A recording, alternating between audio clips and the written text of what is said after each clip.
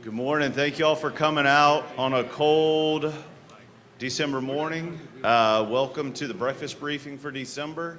To kick us off this morning, we've got Bill Price from the YMCA. Bill, where are you? There he is.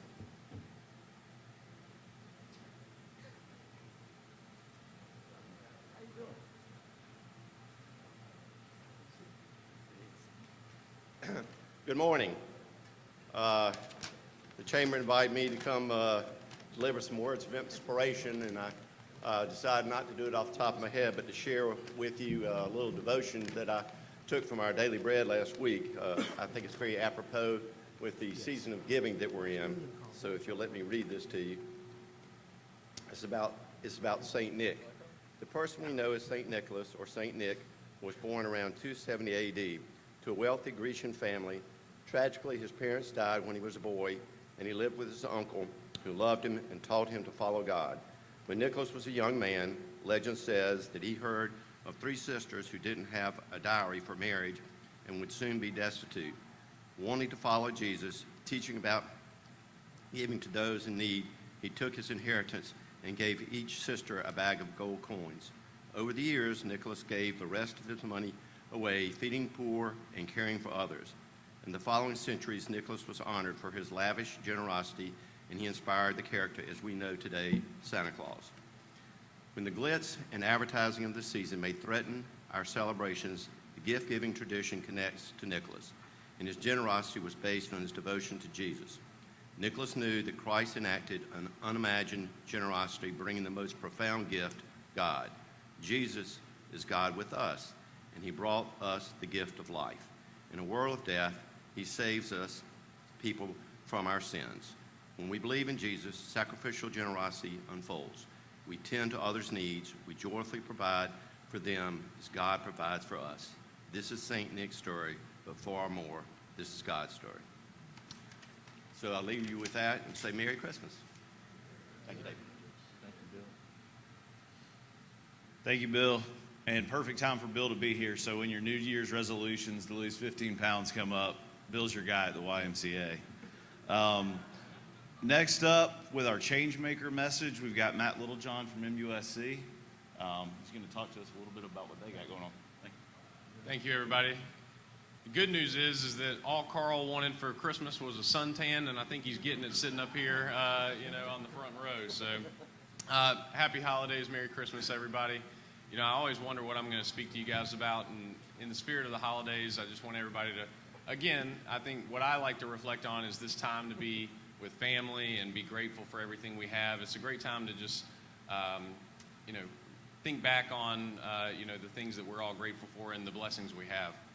So I was thinking about, obviously my connection to MUSC.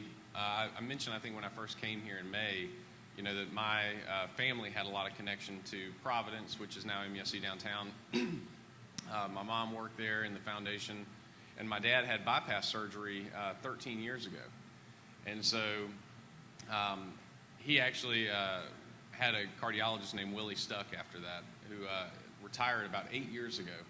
And he did what most men do and quit going to the cardiologist even though he had bypass surgery 8 years ago. So, moving back to Columbia, access, the one perk of my job is access to doctors. That can also be a curse. And so we, my mom and I conspired to get him set up to have a full-blown cardiac workup. We tried to tell him, hey, this is, something you need to maintain.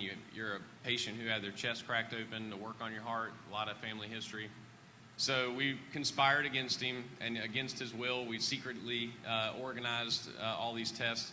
So he ended up having an echo and a stress test done about a week or two ago. There was some findings that basically showed he was not getting blood flow to the bottom part of his heart, where one of his grafts had failed, or they presumed his graft had failed. So yesterday, I had the honor and a very surreal moment to actually get to be in the hospital when my dad went to have a cardiac cath done. Ended up having 2 stents. He had 2 blockages in his heart. One was a 90% blockage. The other was a 95% blockage.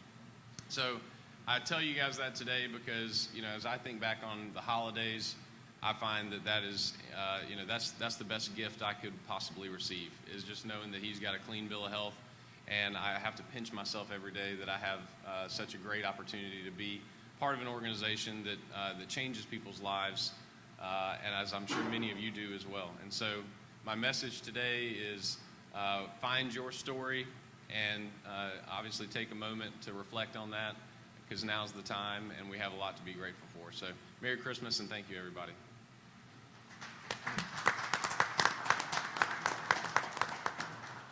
Good morning. How are y'all? I really can't see anybody right now. Is anybody there? So I apologize in advance. The sun will do something here shortly, I hope. Get worse. Yeah.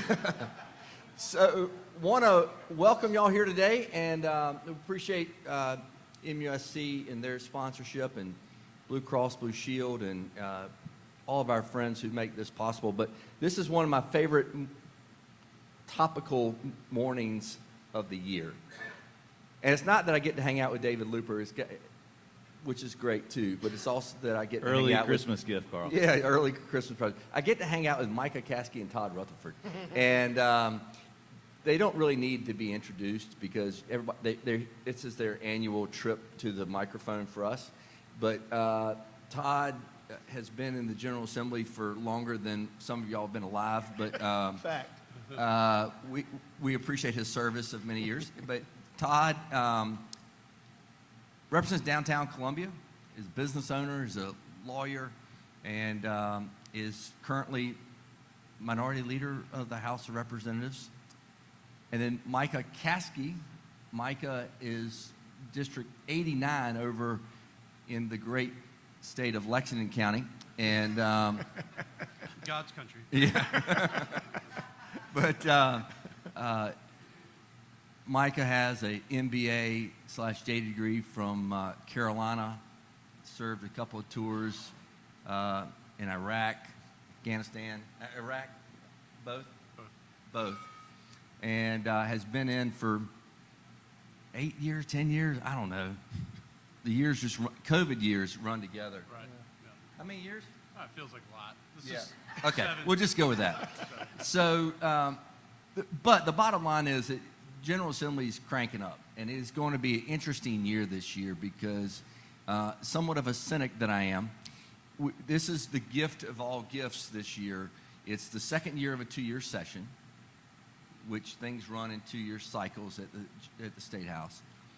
All 170 legislators are up for election this year. And we had the gift of having a presidential primary the first 2 months of the session. So it is a super powerful gift, if we call it that, this year. So the goal today is to get a few insights from this dynamic duo that represents our region, to figure out what's going to happen this year, give y'all, just basically set the table of what it's going to look like this year at the State House, but also manage a little expectations as well. Is that fair? Hey, Luke, you want to kick it off? Yeah, sure. Guys, kind of like Carl was saying, second year of a 2-year session, what, kind of as a primer to everybody, somebody who may not be familiar, what does that logistically mean? What's the psychology in chambers where y'all are working on things of being second year, election year, all this noise on the outside? What does that mean for y'all's day-to-day?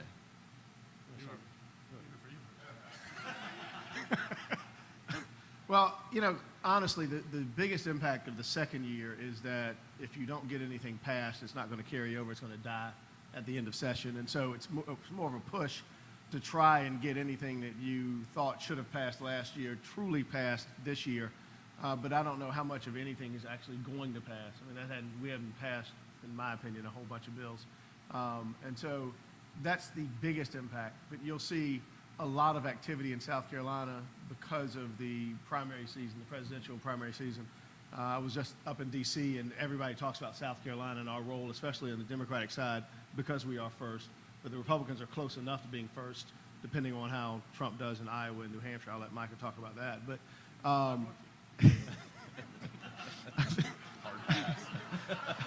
Pass.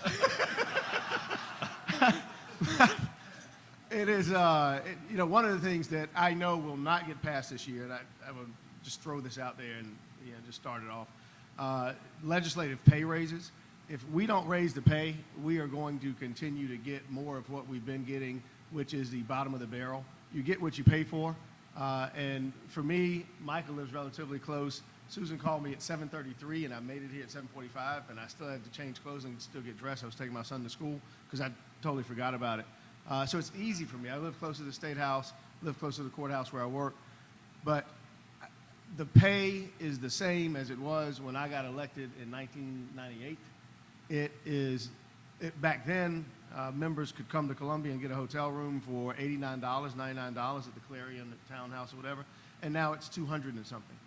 Members staying out on Bush River Road in motels that I can't believe we have members staying out there. But you're going to continue to get what you pay for if you don't raise the pay. And the notion of people getting elected and pretending as if, well, if you're doing it for the pay, you're doing it for the wrong reasons. That's true, but you shouldn't be going broke doing it either. And I can tell you, most of us are in donate status to the state of South Carolina. Micah is one of our brightest stars, and now that he's in his 7th year, I see him every week. I see him every month at some event, at something that we have to do, and this is time that he's essentially donating to the state of South Carolina. If it doesn't stop, what we're going to get are people that can't get a job anywhere else, and so they get elected to do so, and I don't think that's what you want. So that's my 2 cents. Yeah, so as I go into hearings all day today, that's a good reminder how much money I'm losing. I bill twice what I get paid for being up there one day. I bill twice per hour. Anyway, thank you for having me. Let me just say, now the sun has moved up, I can see everyone, and thank you. This is a very good-looking crowd. I talk to a lot of ugly people, and this is nice to be in front of better-looking people, so thank you for that. This year, I'll say, one thing to know about or to recognize about a 2-year session is that we're now at the end, and as Todd said, it's use it or lose it. The pressure will be higher, but we're also in an election year. In our system, folks who are going to officially file for their candidacy, that happens in the second half of March, and so those weeks and the weeks leading up to them tend to be, in the time I've been there, moments of they're not particularly brave moments in legislative world, because people don't want to take votes or issues that might push somebody who's contemplating challenging them over the fence one way or the other, and thereby draw a challenger. So I guess what I would tell you in terms of setting expectations, we may do some things right out of the gate come January, early February, and then I would expect actual productivity on the floor to slow. And then after, the ballots are set, it's generally the 31st, 1st of May, then we'll sort of pick back up with whatever it is that we're going to do. And so that's just something to have in mind as you see, kind of lifting the curtain to see what goes on. Legislators are always self-interested in self-protectionism, and so I don't know any reason why that would change. In fact, I would expect it to intensify because our friends in the Senate are going to experience, their quadrennial election time. I don't know. Next. So I'll come back to the Senate in a minute. This year, just one serious issue, and then we can get back to the whatever else y'all want to talk about. But this year, we're seeing a lot of businesses that are being challenged. The last few years have been challenged due to some high insurance costs based upon some tort stuff. Joint several liability have any shot this year?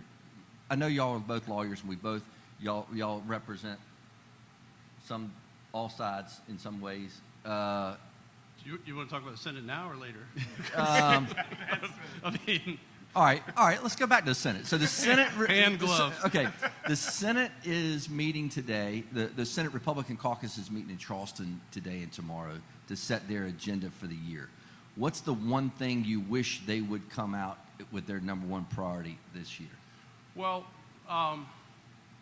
with the metastasization of legislative terrorism and the threat to blow up anything, that seems to be the thing to do in American legislative politics, is just threaten to blow it all up at any juncture.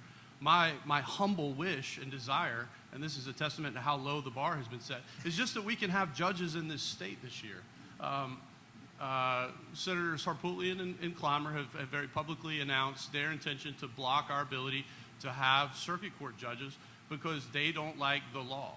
So unless they get their way, we are going to be in a position, potentially, where we will have 21 circuit court judges who will not be able to serve the entirety of the calendar 2024 year, because unless we reelect them, they will have to stop their service. There's no holdover or carryover status for circuit court judges. And that is a reality of the system. It's an unfortunate reality that these senators, by their statements publicly, simply don't care about.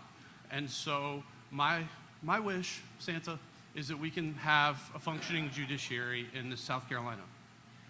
You know, Sam Rayburn, former congressman, said that any idiot can knock a building down, but it takes special people to build one.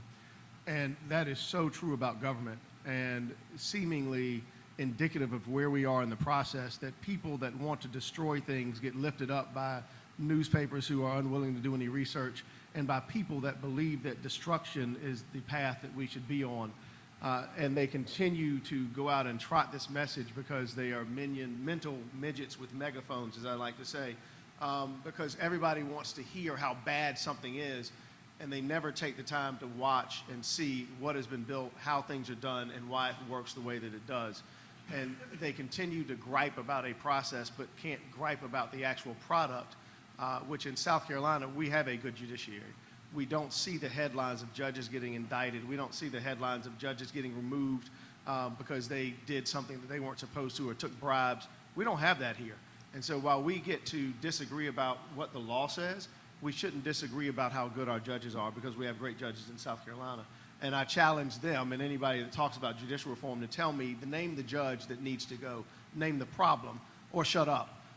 And they won't ever do that. They just keep griping mostly about me. But other than that, they gripe about a system that has been in place for a century and has produced judges that continue to put out good work. As to the conversation earlier about joint and several, it's something we've been talking about for years.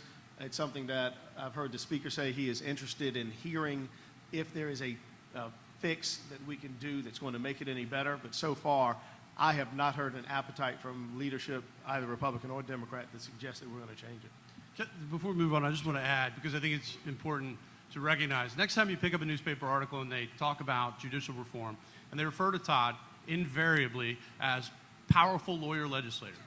And I want you to think to yourself, back to this breakfast, and I want you to think, I remember when Micah Caskey pointed out that powerful lawyer legislator, that is the only time a black Democrat in South Carolina is referred to as powerful in the legislative context. It amuses him to no end. Every time I read it, it's like when the state newspaper writes, longtime ethics watchdog John Kringle. And I'm like, John Kringle works for a partisan activist group and is a failed political candidate.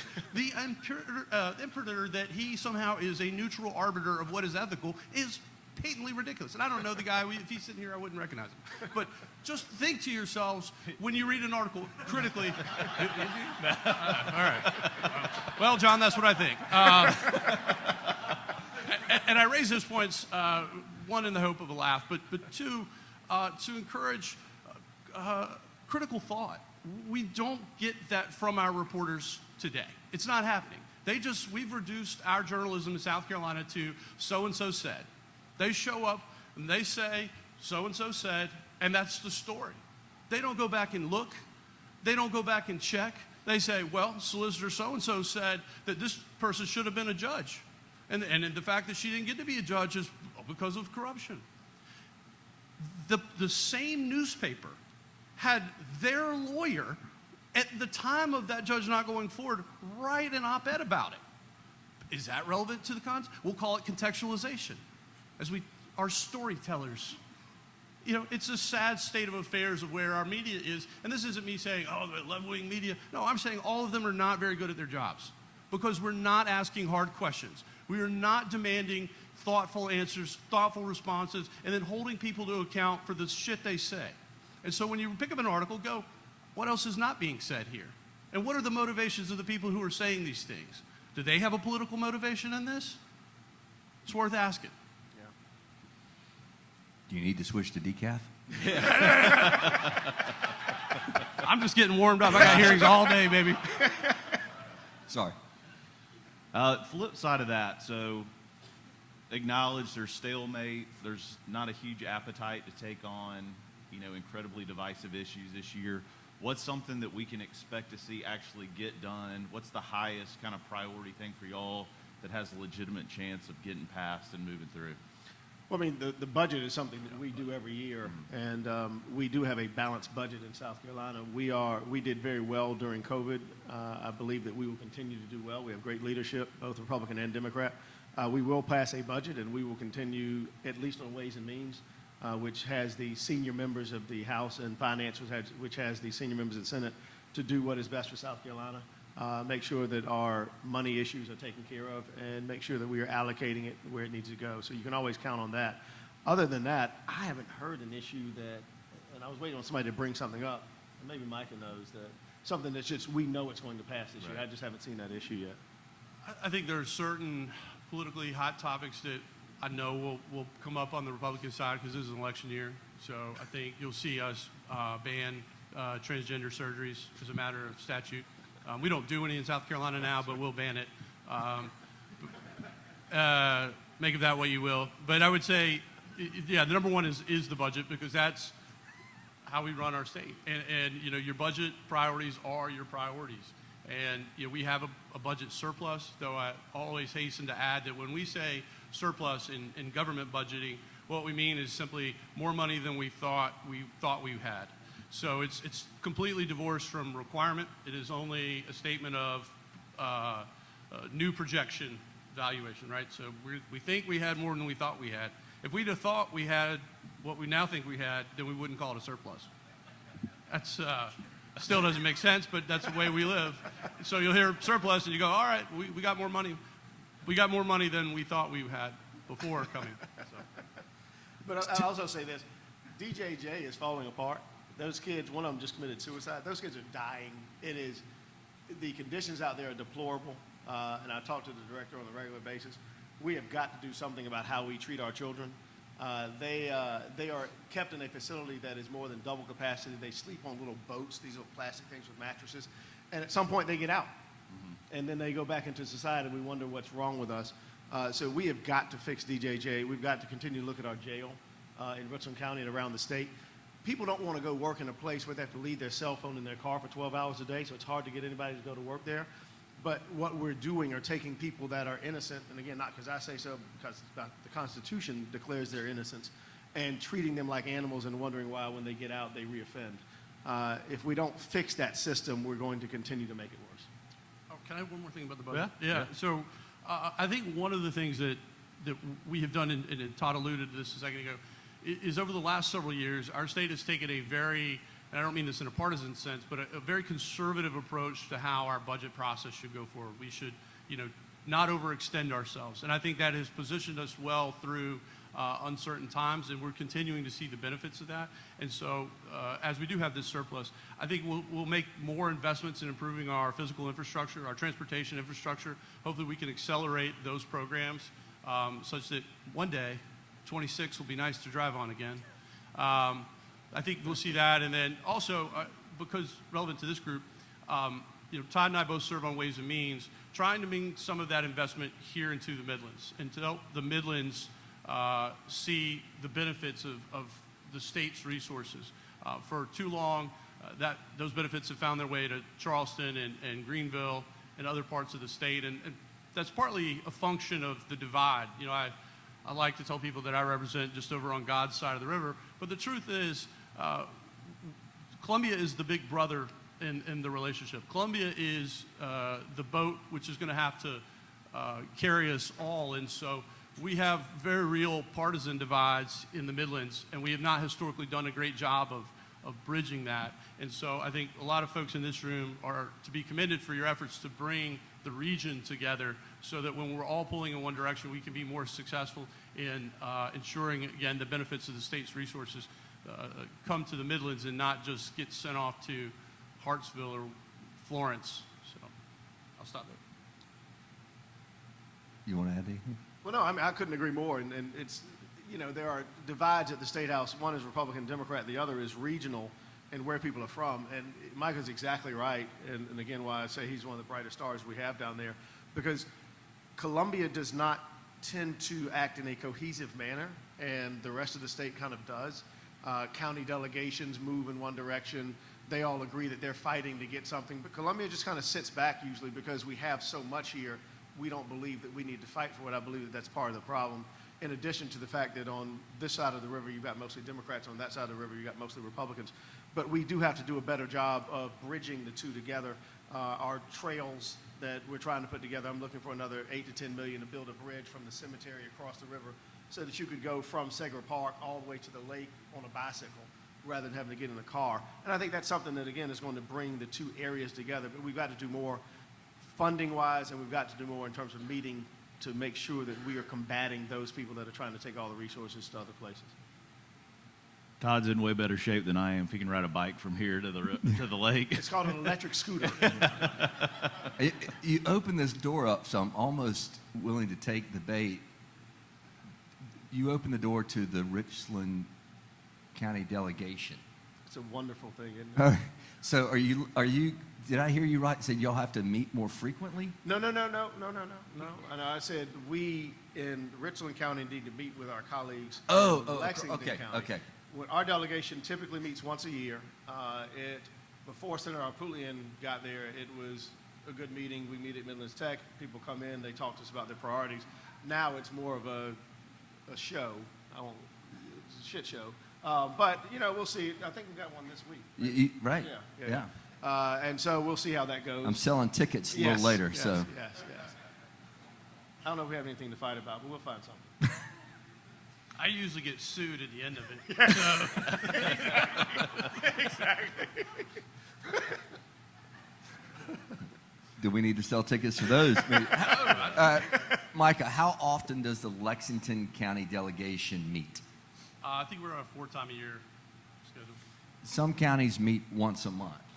Is one time a year enough for you, Todd, or can you get enough done in one meeting? Senator I'm being Patterson, serious. Senator Patterson was the chair of the delegation like for 20 years, and he set the meeting schedule at one time a year. I got elected, and I wanted to meet once a month, and I couldn't get anybody to show up.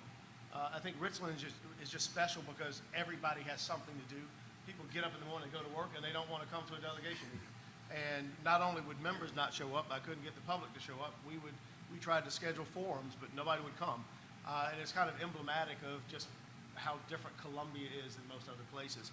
And so as others have come and they've said, oh, we need to meet more often, when they try and schedule it and people don't show up, then they realize why we don't schedule more often than just once a year. So do we need to meet more often? Yes. But if we schedule a meeting and nobody comes, I don't know what we're accomplishing in that. That's interesting, actually. Not necessarily productive. Right. Okay. We'll move on from that one, but table that for a later discussion. Luke, you got anything? Go on, keep rocking. So, I know you've got something, Carl. Let's hear it. this is, we briefly touched on the first 2 months of session, which is we got a primary in like 40 days. Not even, I think it's less than that. In South Carolina, the Democratic, well, a little bit more than 40 days. We've got the Democratic presidential primary, and then followed by February 24th, the Republican presidential primary. If I had $1 million to make a bet today, y'all did, and we did, and I got to share it with y'all individually on if we won, hypothetical, I don't have that, who is going to be sitting at 1600 Pennsylvania Avenue January 20th, 2025? I certainly hope it is Joe Biden. And, you know, I've watched the former president who I think is probably leading on the Republican side, I appreciate his approach to politics because he understands that people in 2023 want to be told every day what you're doing and what fight you're engaging in, and then they forget that you may not have accomplished anything, but they just hear you keep talking. And as long as you keep moving the needle in terms of content, they keep following. It's kind of like an Instagram model. But it's effective because that's where we are. And I think that the Democrats haven't learned that. I think that Joe Biden doesn't get that.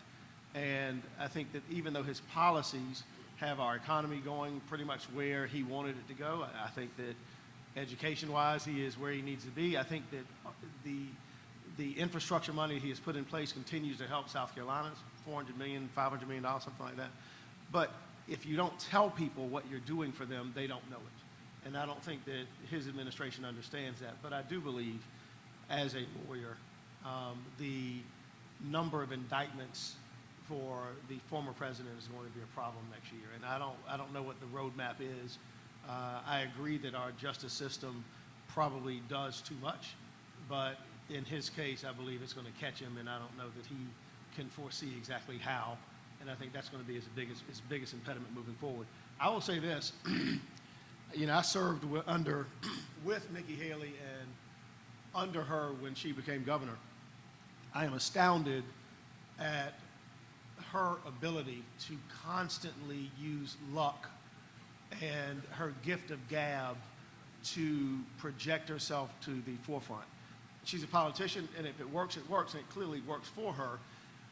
But I remember Amazon coming to South Carolina, and she opposed it and said that we should get Walmart instead, or something like that. And it was just, even though Amazon was coming to Lexington County, I remember trying to recover from where we were when she was governor, as we still try and recover from it, and not me. I mean, Gary Simmerl, you talk about it all the time, as majority leader.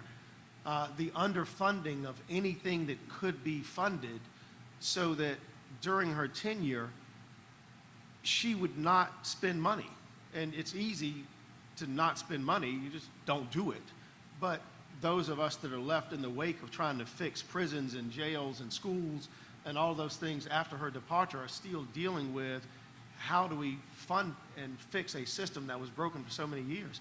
I am proud of her as a South Carolinian, as somebody that I knew and served with, and I admire her ability to do it, but I'm not going to ignore the fact that when she was governor, accomplishments were slim, but there were a lot of words and a lot of flowery words that I think snowed a lot of people and made them believe that she was doing great things. I think she did a great job as UN ambassador. But as the number one person in charge of this state, we are still dealing with the ramifications that come with not spending money the way that it should have been spent back then. So, Talking about lack of context and reporting, I see the headline tomorrow, Todd Rutherford appreciates Donald Trump. he's a beast, man, and he gets it. And, my wife is an Instagram content creator, and when people sit down, the first thing they do, it doesn't matter how old they are, they start scrolling their phones. And we have to give content. And as politicians, we're forced to do that same thing. And the more content we give, the more people know us and they like us. But that doesn't make us good politicians.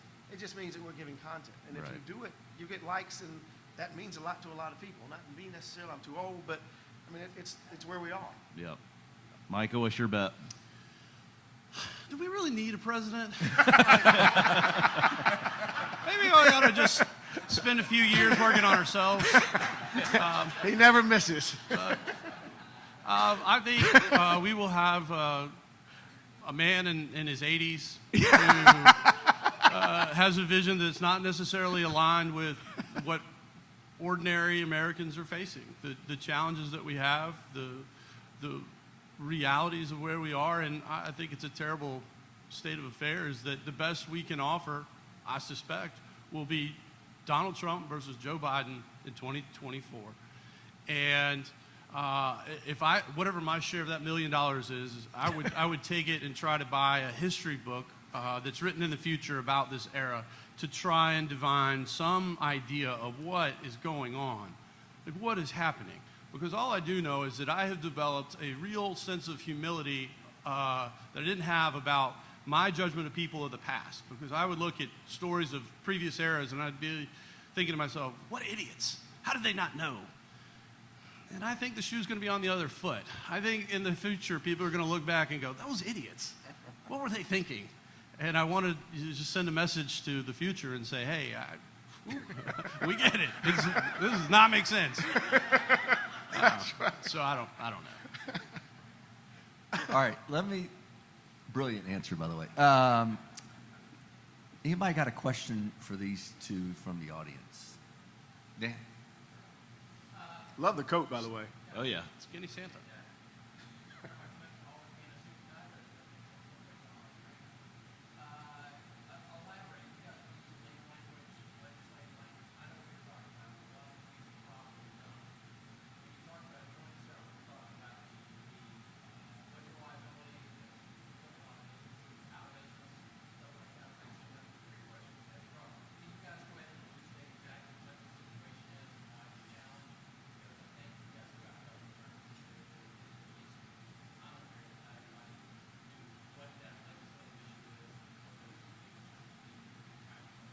If y'all couldn't hear the question was about legislative action on liability, tort reform.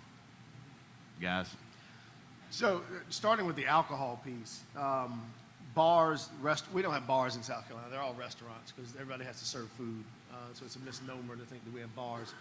But a restaurant in South Carolina that serves alcohol has to get, and I'm being as broad as I can be, has to have a policy, $1 million insurance policy.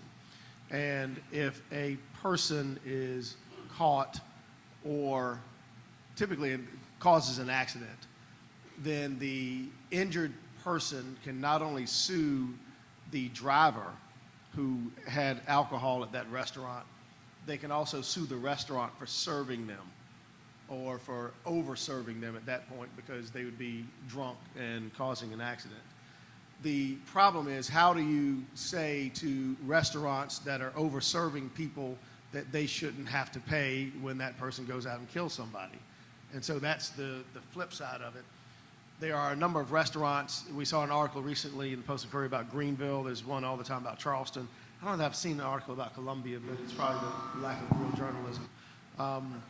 But it's a burden on businesses because we've gotten better at tracking back where somebody went to get something to drink. But who are we protecting if we take it away?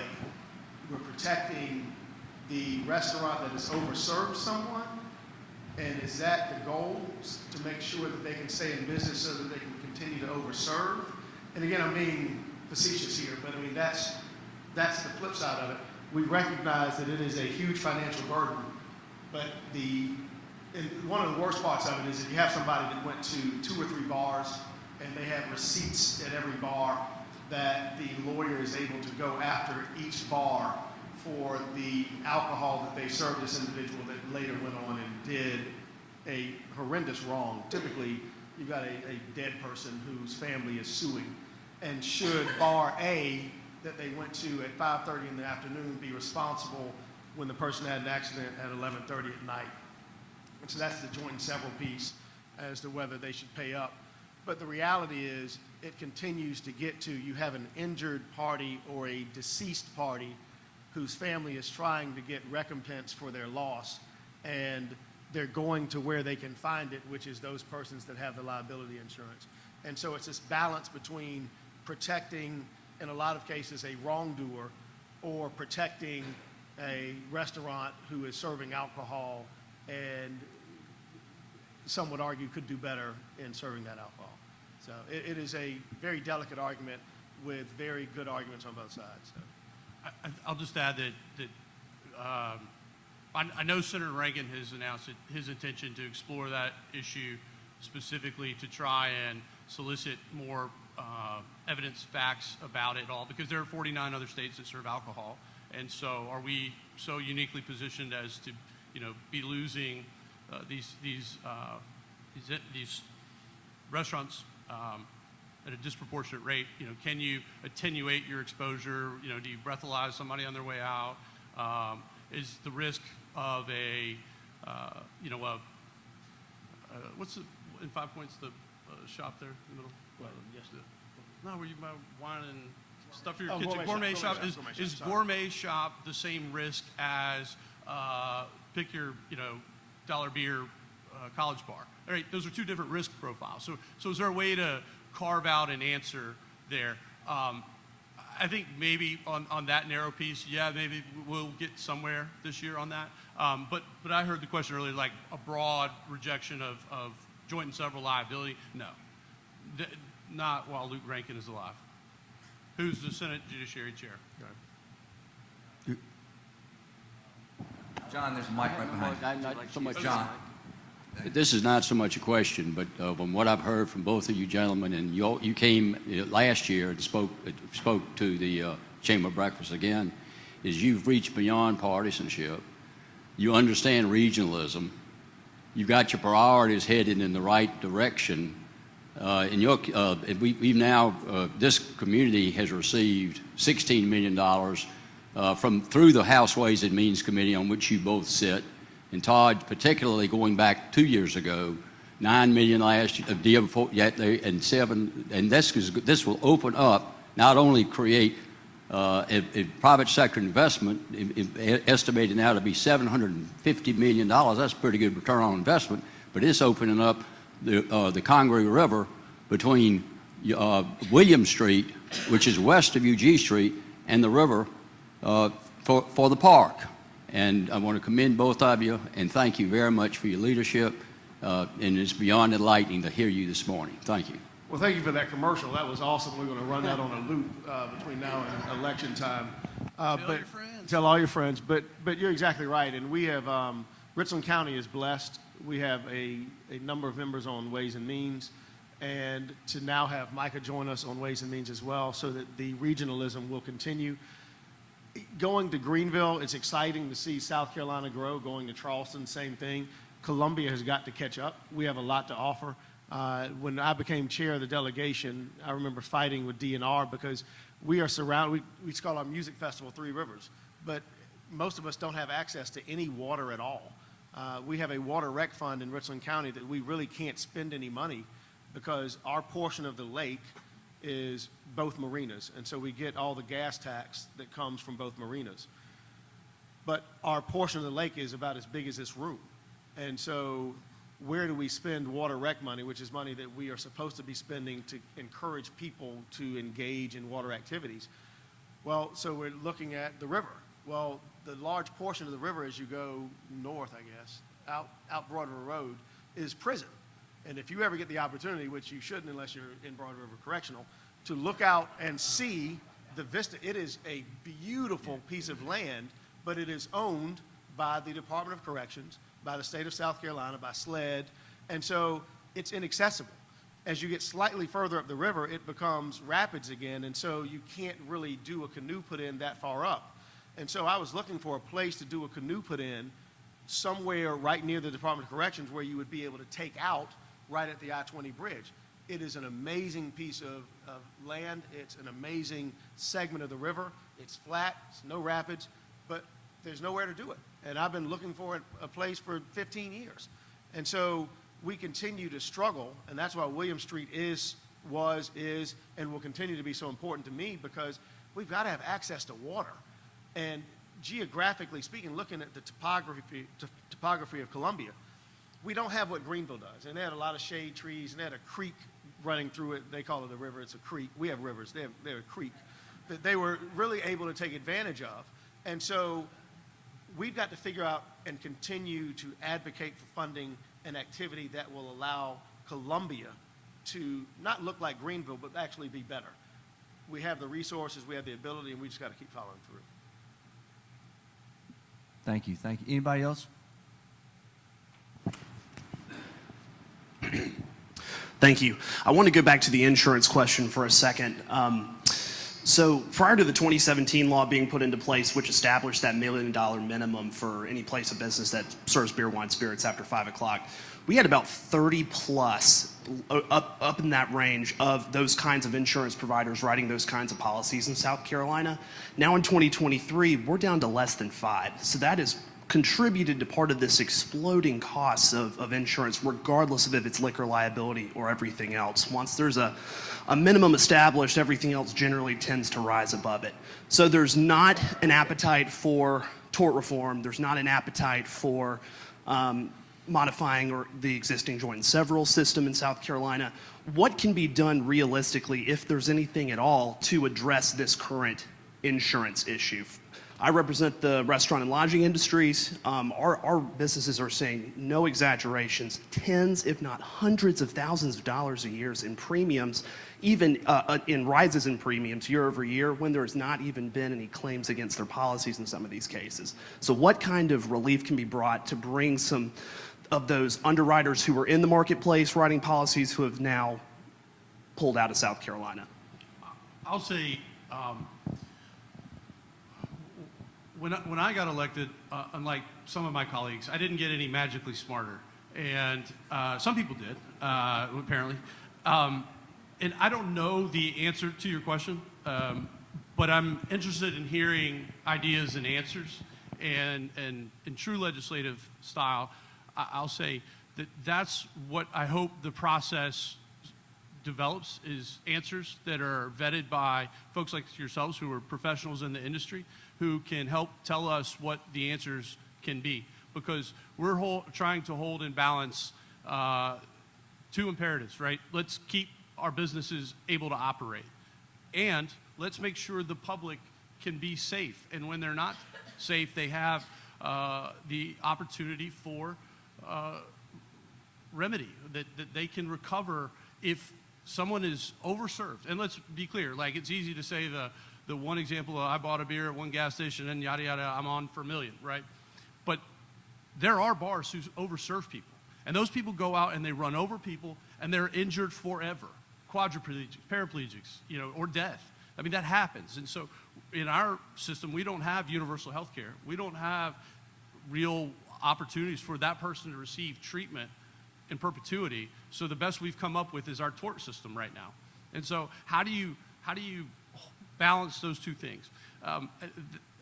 That's what I hope the process will develop, because obviously the need for that resolution is unmistakable at this point.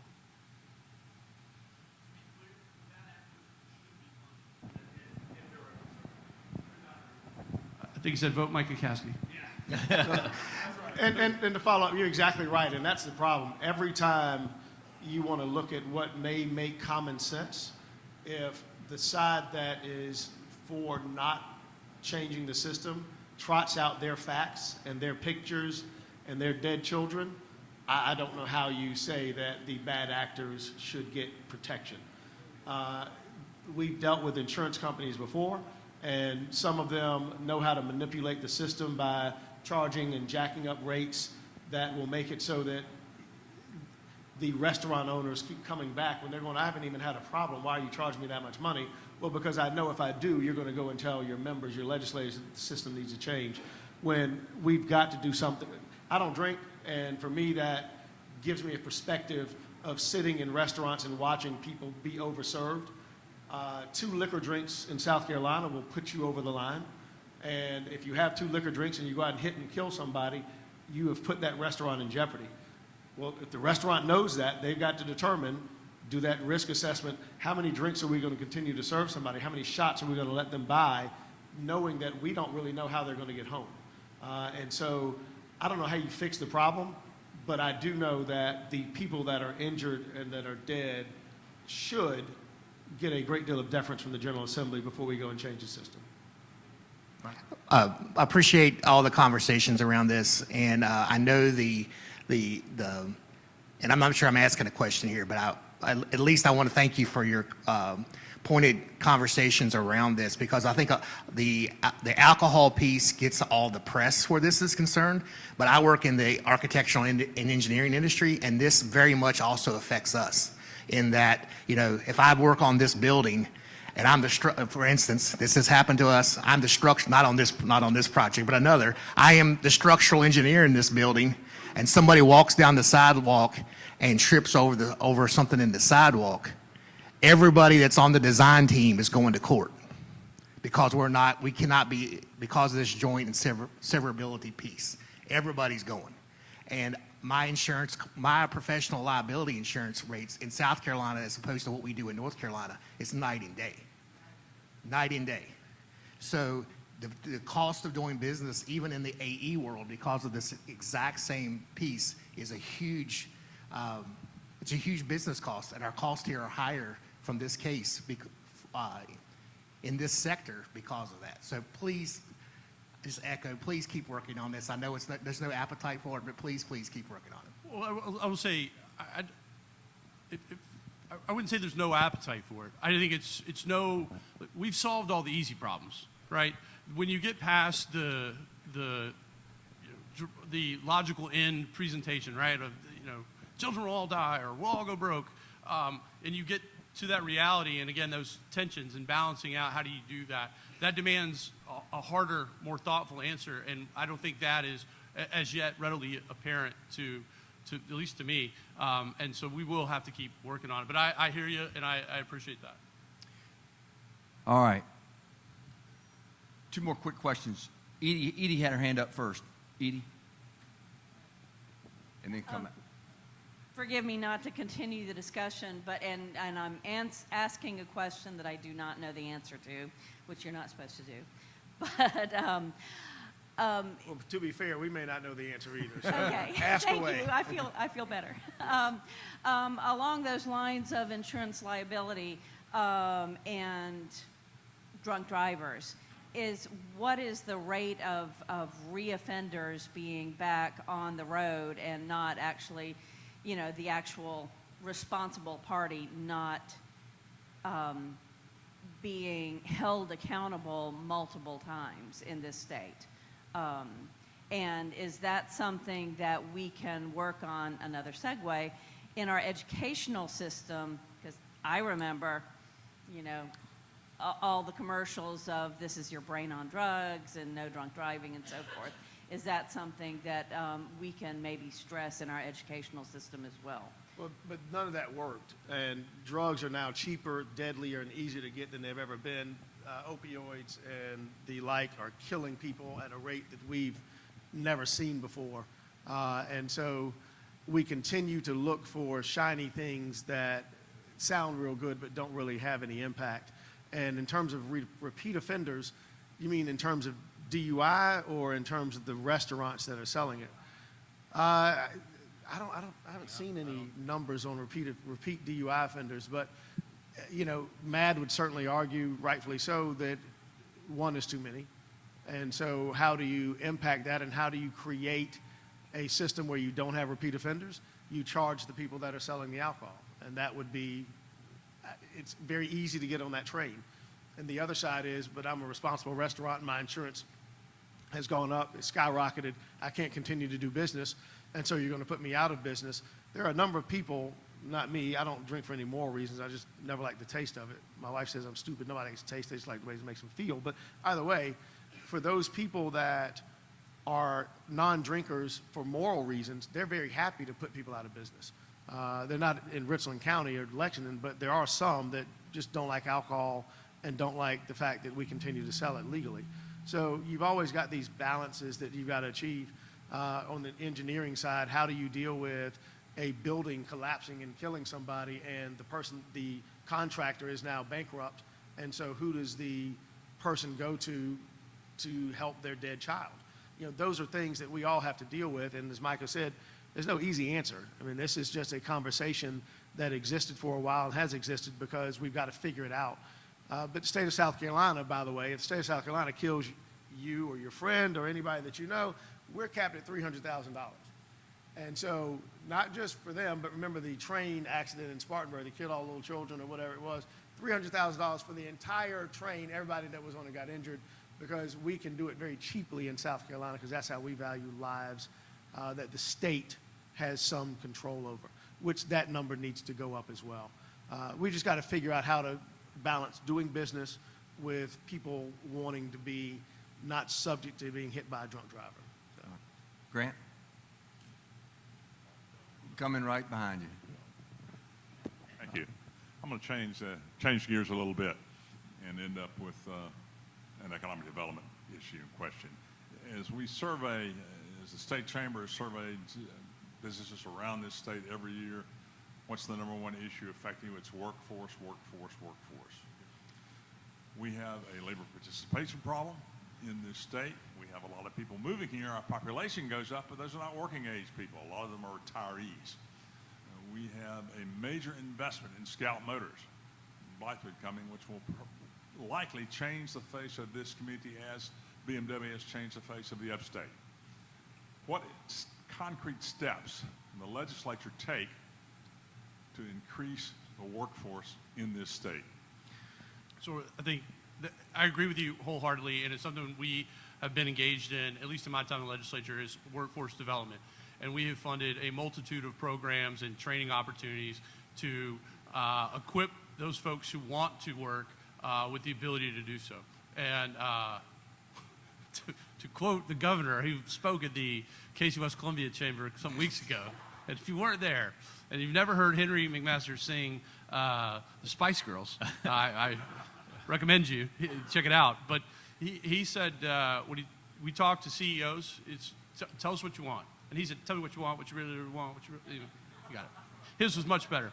But that's it. We are asking actively, what do you need in terms of training and education for your workers? And we are willing to invest in the state in terms of doing our part to make that available.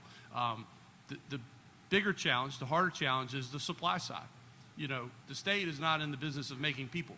We still, fortunately, allow individual families to make those decisions on the creation side as best we can. And there are things we can do to improve affordable housing opportunities. I think we'll continue to expand on that front. But otherwise, we've got to make the state more attractive in so many ways for people to migrate here.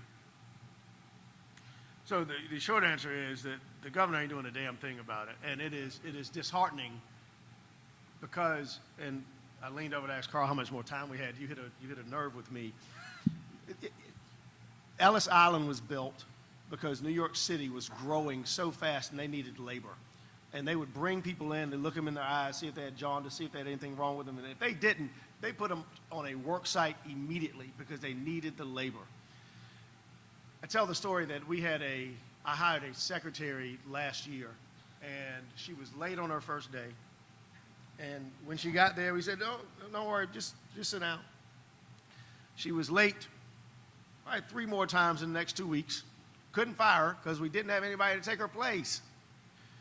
We have had people get hired.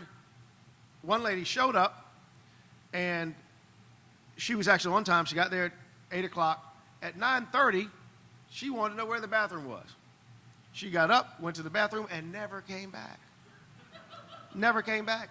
We have hired people on Friday, and they didn't show up on Monday. We face staffing shortages that are just unbelievable as we watch on the news a border where people are down there clamoring for any amount of work they can get. And the fact that we are not chartering buses to go down there and figure out how to fill a labor pool that is desperate in South Carolina. We are at effectively 0% unemployment, 0. Those people that want a job can typically find a job. Now, I know that there are some that are in the upper echelon. That's a little bit more difficult. But certainly at the layer where people are doing blue-collar labor, we have a shortage that is only going to be exacerbated by Scout. Because Scout's going to come, and they're going to pay great wages, $75,000 to $125,000 on average per job. Well, they're taking from all of us. And I can't pay my people $75,000 because most of them ain't worth it. And again, these are great people. But again, if I have to compete at that level, I can't. And so Scout says that they're locating in Blythewood because they want to pull from a labor market that is Richland, Fairfield, Chester, Lancaster, all of that. Because even they recognize the challenge in 2023 finding labor. Well, how long do we continue to recognize the problem and not do anything about it? We have a potential labor pool. We don't want to let them in because we don't like them. We, the collective, not me, but we, the collective, don't like them. And so now, your landscaper, he wants more money or he'll quit, or he doesn't show up, or he does a half job, and he tells you, well, I really don't have any people, and you go, I kind of understand. You go to a restaurant, and they're not seating in all the sections because they don't have enough people, or they can't get the food out the way that it's supposed to because they don't have enough people. These are real issues, and they're hitting all of us, and we continue to pretend as if by stopping people at the border, we're really doing something. All we're doing is making it so that it is more difficult for small business owners to pay wages that are commensurate with the work that they're getting. Because simply paying somebody $20 an hour that's worth 10 isn't going to make them work any harder, isn't going to make them show up on time, isn't going to make them stay any longer. It's just going to put that business owner in a position where they're not going to be able to make it long term. So while there continue to be issues, that is one that we simply have not grappled with reality on. And until we do, our problems here, because as you said, we got population influx, but it's the Uber driver that my wife had in D.C. who is retiring, sold his house in D.C. and paid for his house in Myrtle Beach in cash and is moving down here in 2-3 years, and he is as happy as he can be. And he got no kids in school, doesn't care about our education system, doesn't want to pay a dime more in taxes. He is going to become the next Trump voter in Horry County because that's who speaks to him, and that's what he wants. That's what we're going to be overburdened with, and an inability to serve those people. So, sorry. We're out of time. Micah, did you want to let that go, or you? Okay. All right. Sorry, we're a little bit past. I keep elbowing you. I apologize. I really thank y'all for taking the time, getting up early, dropping your kid off, coming in, having some caffeine. Micah, appreciate y'all very much and what y'all do to represent this region and y'all's support of the chamber. I really, really appreciate it. So we all give them a round of applause, please. And thank y'all. Thank y'all.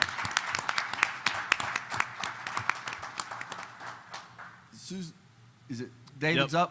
up? Actually, Janet from FSI office is up, and she's going to come talk about some partner perks that they've got going on with the chamber. Yeah, if y'all have not been back to check out the FSI table, please do.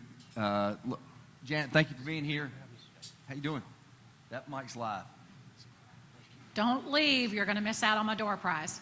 I'm Janet Blanford with FSI Office, and I always appreciate an opportunity to introduce our company to you. I've been here a few times to get that opportunity. So FSI is an office supply and furniture dealership out of Charlotte. We have been in business since 1962, but in Columbia for 46 years. I brought a show and tell today. Anybody remember show and tell from school? I brought a show and tell today, and it is my friend and colleague in the back, Dan Pigler. Dan, I don't know where you went, but yeah, wave at everybody. I brought Dan to show you a little bit about our history here in Columbia. He has been here 46 years, and he and two other of his colleagues that work in our Columbia market make up a little over 130 years of experience with our company.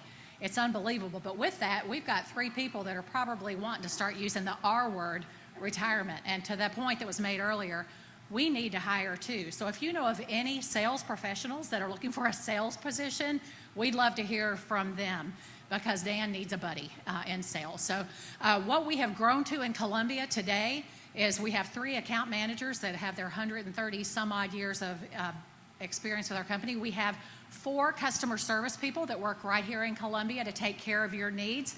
They all sit right at the desk right here in town.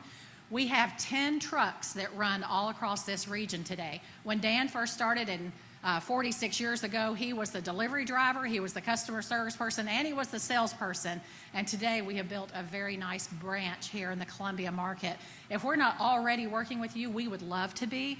So on your way out, we have a gift bag for you, and we'd love for you to stop and pick that up so that we can just share a few of our goodies with you.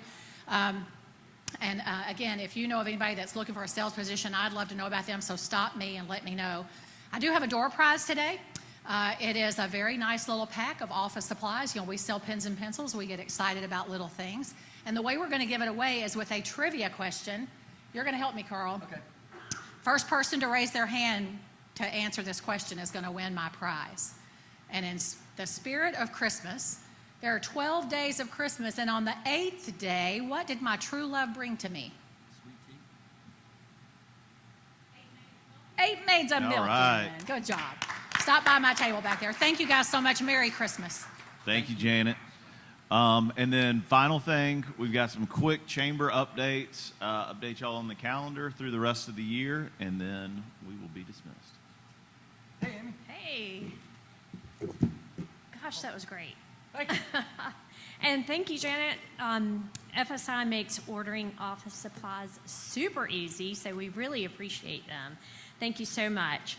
I want to take just a few moments to introduce some of our most recent, newest partners. So if you're here, in the sake of time, if you would just stand up so we could recognize you, and if you guys see them on your way out, please give them a big chamber welcome.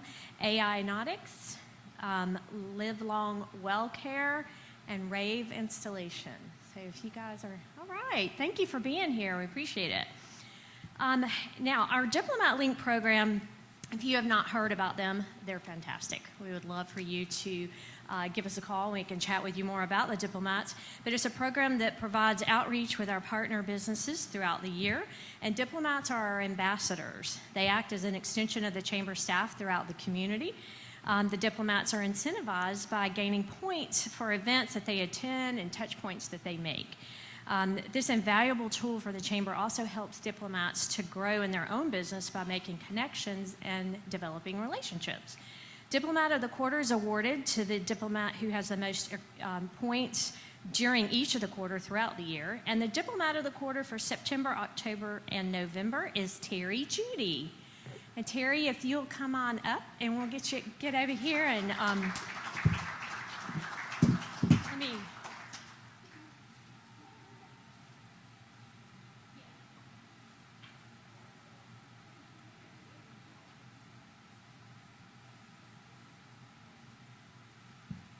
And thank you, Terry. If you don't know her, you will before you leave today. She's awesome. All right, and let's see. We also want to take a moment to celebrate our Partner of the Month. And this Partner of the Month is chosen internally to spotlight the Chamber's partners who have shown great efforts in assisting the Chamber's mission to create and promote the environment where businesses can flourish in the region.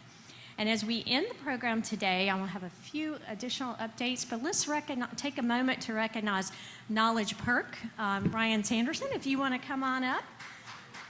If you have not been by his location, it is at 1527 Gervais Street. Best coffee, love the cortada. All right, thank you. And just wrapping up real quickly, we've got a couple of programs coming up you may want to know about and put these on your calendar. Our next breakfast briefing is on January 10th. And we are going to be talking about the economic impact of the Port Authority, so that should be really interesting. We are also going to have the West Columbia Chamber, Lexington Chamber, as well as the South Carolina Chamber that's going to be joining us, so register early so you can get your spot. Partner Engagement After Hours event, the next one is on January the 11th. That's going to be sponsored by the South Carolina Restaurant and Lodging Association, so I hope to see you there. And then Coffee with Carl, that is going to go statewide on Friday, January 12th. Carl is going to be joined with other CEOs from the Charleston and the Greenville Chamber to talk about issues, policy, and other topics going on around the state of South Carolina. That is a really great program, so you guys can tune in to Coffee with Carl by Zoom. The Small Business Breakout at Segra Park is on January 23rd, right here, and it is at 8:30. Hope to see you. And we also want to take a moment to thank Matthew Littlejohn and our friends at MUSC, as well as Blue Cross Blue Shield for sponsoring this event. So thank you all. Thank you so much for being here. We really appreciate you and hope to see you next time.